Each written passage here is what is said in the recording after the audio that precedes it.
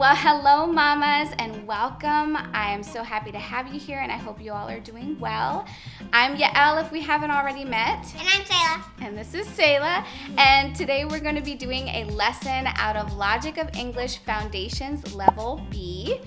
But before we get started, I need to go round up some materials, so let's get going.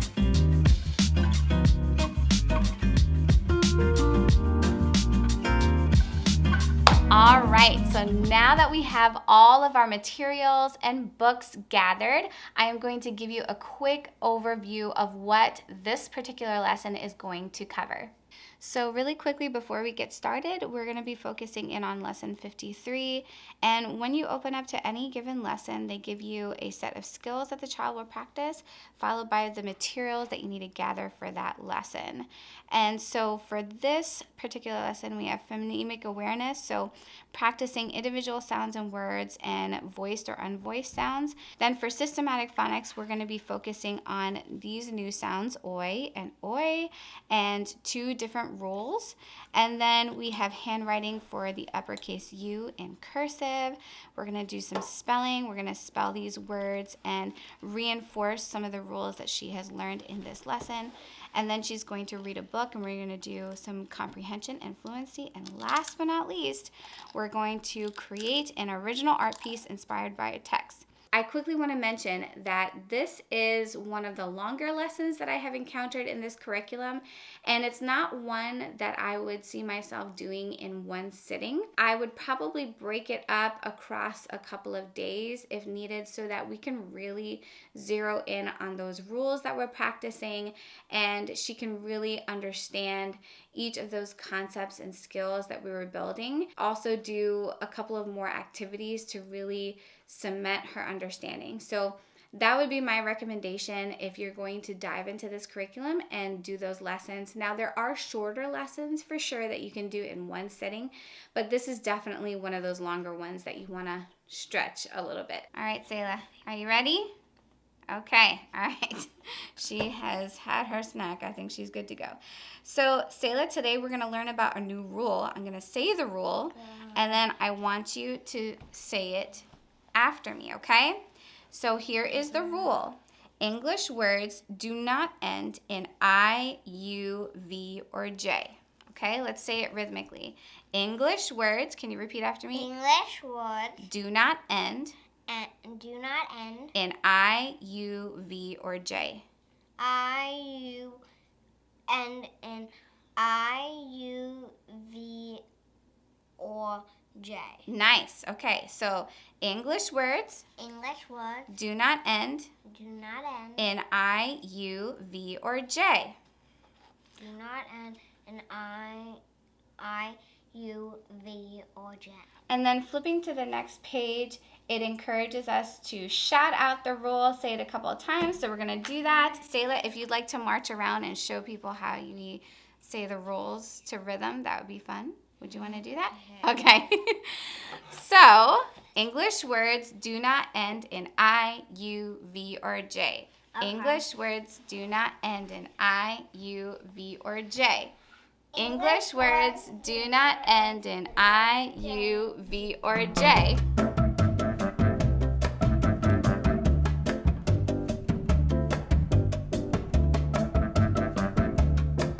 Next, we're going to look at our brand new phonogram cards, and we're going to talk about that. So, Sayla, this is the sound oi. Oi. Very good. Oi. Now, yes, very good. So this is something that we have seen before, but we have to make the distinction between yes, when you use the OI as oi and when you use OY as boy or as oi. So this is still boy. That's right, except there is a rule to go along with this so you don't forget when to use each of these. You ready? All right, Sayla, what is the same between these two phonograms? What's the same? They both make the oi sound. Oi sound, that's right. And is there anything else that you see that's similar? They both have the O. That's right, they both start with the O. That's right. And now they don't end the same. What's the difference between them? Yeah and I. That's right. Okay. Or sometimes this makes the y sound, right? And that okay. can make the I sound. Yes, I know. There's so many different sounds that these can make. All right. So now, how do we know which one to use when we're spelling a word, Selah? I don't know. Well, we're going to think of our rule. English words do not end in I, U, V, or J. So when you're spelling the word boy, how would you spell the word boy? Would you spell it B-O-I or B-O-Y? Why? Yes, because English words do not end in I, U, V, or J. That's right. Very good. What about the word toy? How would you spell toy? Toy? Yes, the word toy. How would you spell the word toy? With an O-Y or an O-I at the end? Toy? O-I. Ooh. I mean, O-Y. Why? That's right, because what's our rule? English words do not end in I, U, V, or J. That's right. Okay. Now let's look at our Whistling Whales book. So when Selah hears the oi in a word, thank you, yes, she is going to go ahead and press that button. Okay, here we go. Ready? Here's the first word. Boys, deploy, trucks, with joy. All right, and let's take a look at these words. Ready? So there's boys, deploy, trucks, with, what's that last word? Can you read? Joy. Very good. I can do something. Yeah? Boys, Mm-hmm. deploy, joy. Okay, so you're picking out the different words that have oi. Very good. Yeah. All right, now here is the next one. So it's oi with an I. You ready? Mm-hmm. Okay, here we go. Let's see. Oil those joints. Avoid the noise. Nice. You did it. You got it. You found out all the sounds. Very good. All right, Selah. So this next activity is a little game, and you're going to say as many sounds as you can in 1 minute. So this book says that you could do 1 to 3 minutes. We're just going to do 1 minute, and we're going to see how many you can get. You ready? Are you up for the challenge? All right, let's do it. A, ah. A, ah. Very good.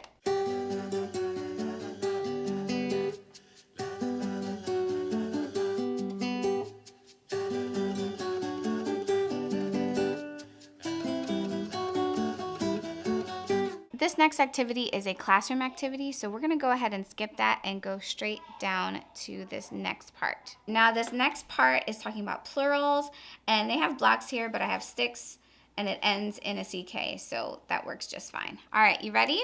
Yeah. So, stick. Can you say stick? Stick. Okay.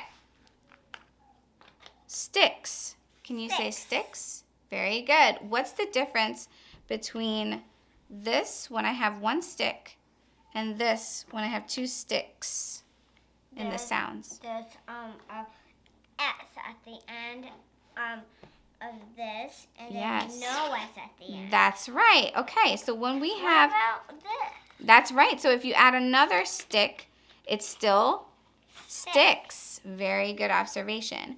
But So what if there was another name for even more sticks? I know, right? I don't think there is. But when there is more than one, we call that plural. Can you say plural? Plural. Plural. That's kind of hard to say because it's got that L in there and an R and an L. It's kind of awkward. All right, so what I'm going to do now is I'm going to ask you if you can pass me this board, please. Yes. I'm going to flip it over.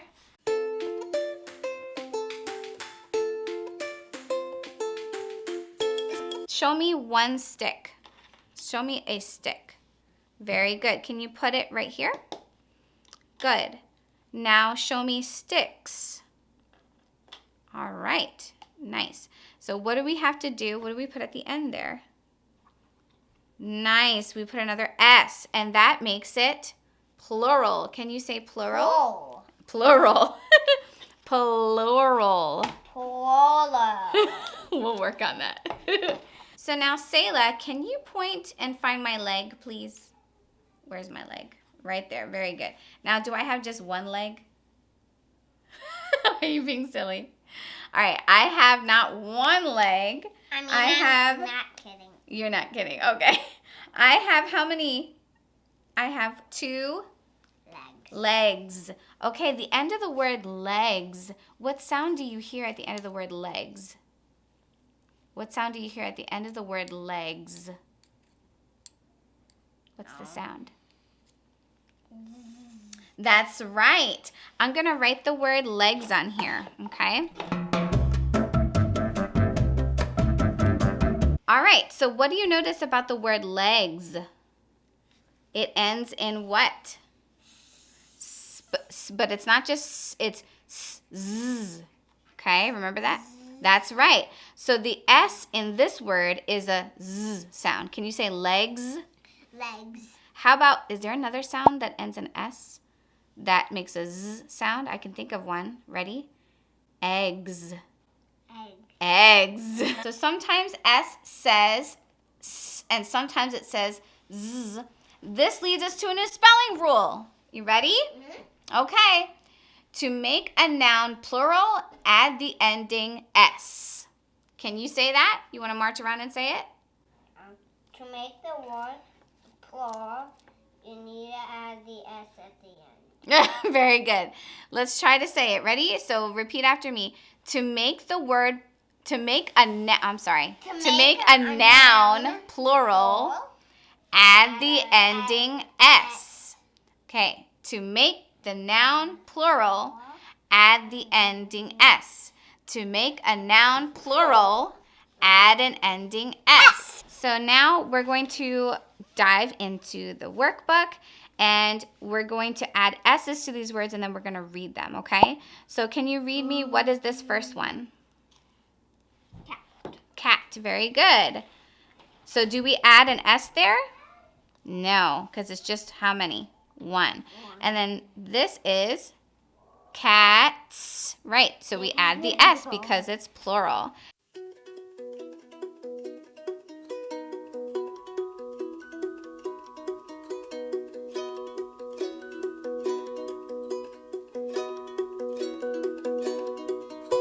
This is Selah's favorite part where she gets to write her letter, and today we're doing a, u, oo, all right? Mm-hmm. So the first thing we're going to do is trace it with our finger, and I'm going to guide her and show her how to do that.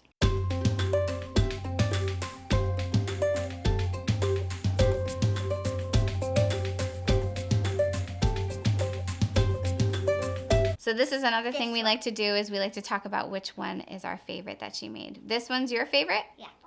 And I think this one is my favorite. Now we're going to do some spelling, Selah, okay? So remember our rules for today. English words do not end in I, U, V, or J. That's right. Okay, so keep that in your mind, okay, as we spell these words. So, grab your marker. All right, grab your marker, and here is the first word. Boy. Boy. The boy threw the ball. Boy. Boy. And now, Selah, I would encourage you to say the word, sound it out. Yes, boy. Did you get it? All right. So in terms of spelling analysis, the kids are encouraged to say it, sound it out, and sound it out while they're writing it. But that's fine. If she gets it, she gets it. Can you underline the oi in this word? Very good. Now this part kind of reinforces the rule and things like that. But I'm going to go ahead and move on to this next part, which is in her workbook. So Selah, you're going to read the words, look at the picture, and find the objects in the picture. You're going to count how many you can find and write the number of each thing in the blanks.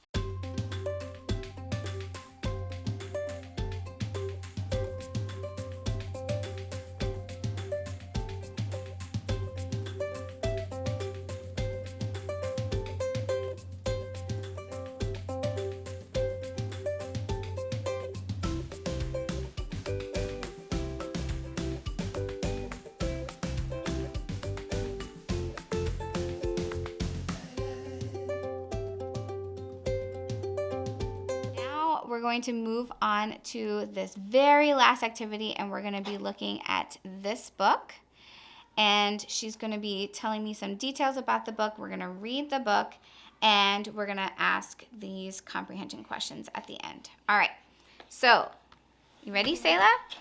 Can you point to the title? Ben has a fright. Very good. That's the title. Now, oh, wait, we're going to flip back. And I'm gonna show you the authors of this book. There's two authors, by Amani Iverson and Kimber Iverson, and it's illustrated by Anna Carlson. Okay? Anna Carlson. Yes. Okay. So how many authors are there of this book? 3. Ooh, there's 2 authors and 1 illustrator. All right. So now let's go ahead and read this book.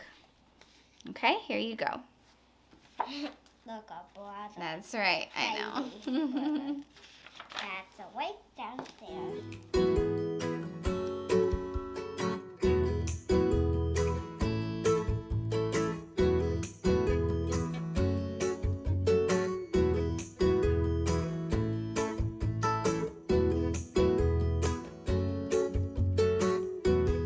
All right, now, Selah, I'm going to ask you some questions about the book. Okay, you ready? Okay.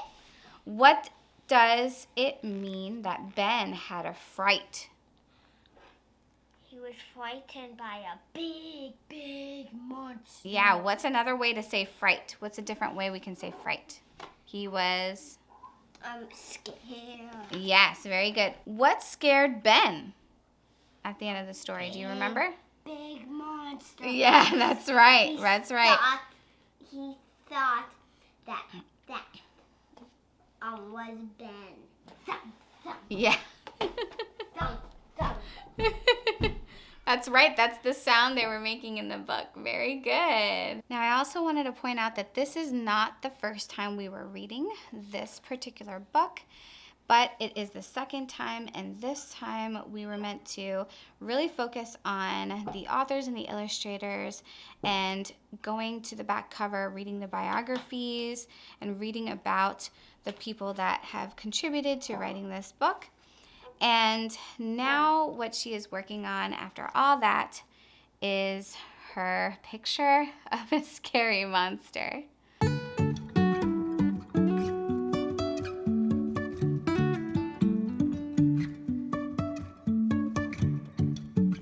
So much for joining me today. I hope that this video was helpful for giving you an inside look into Logic of English Foundations Level B. If so, please be sure to give it a great big thumbs up, a like, and be sure to check out some other videos that you might like right over here. Take care, be blessed, and I'll see you in the next one.